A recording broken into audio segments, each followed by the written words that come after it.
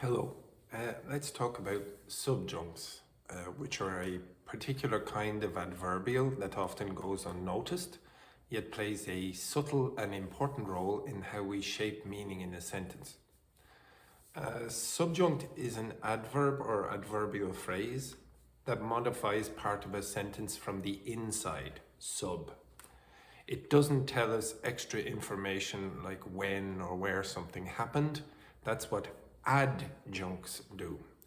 Nor does it stand outside the sentence to give an opinion or evaluation. That's the job of disjuncts. And it certainly doesn't connect ideas across sentences like a conjunct does. Instead, a subjunct adds a shade of meaning to what's already there. It might show the speaker's degree of certainty, their focus, or limit the scope of an idea. And take this sentence, for example. She's definitely coming to the meeting. The word definitely doesn't describe the meeting or the verb coming in the same way as an adjunct, like on Tuesday would.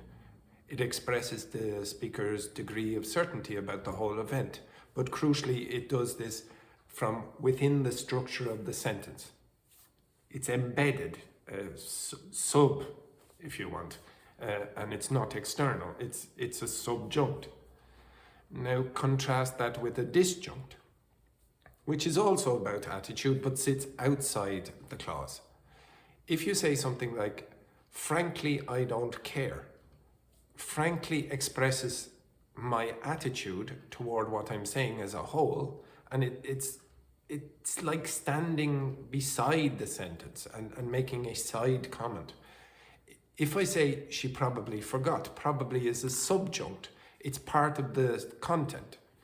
If I say perhaps unsurprisingly, she forgot, perhaps unsurprisingly is a disjunct. It's a comment on the content.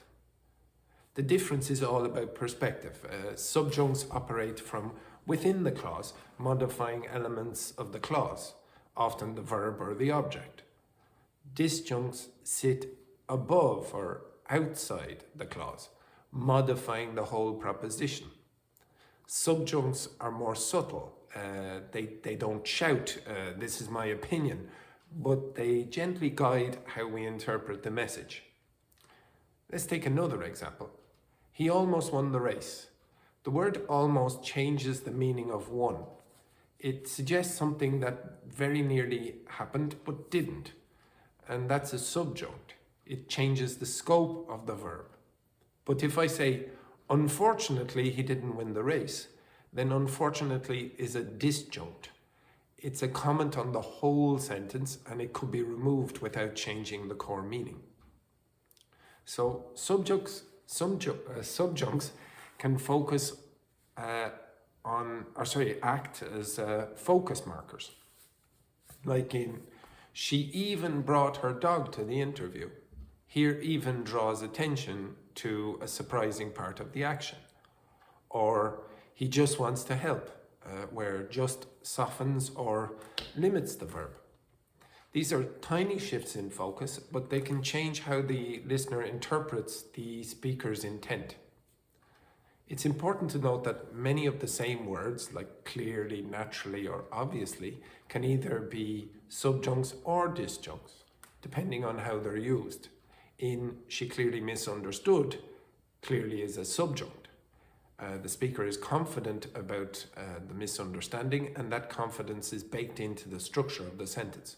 But in clearly this is a sensitive issue, it becomes a disjunct, a higher level comment from the speaker on the whole claim.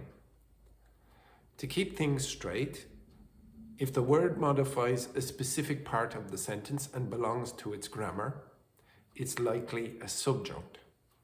If it feels more like the speaker stepping aside to offer commentary, it's probably a disjunct. And if it's giving time, place, reason, or manner, it's probably an adjunct.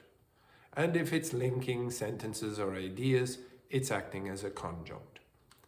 So while disjuncts express attitude about the sentence, subjuncts shape attitude within it. They work quietly, but they help us to say exactly what we mean without ever having to spell it out. Thank you.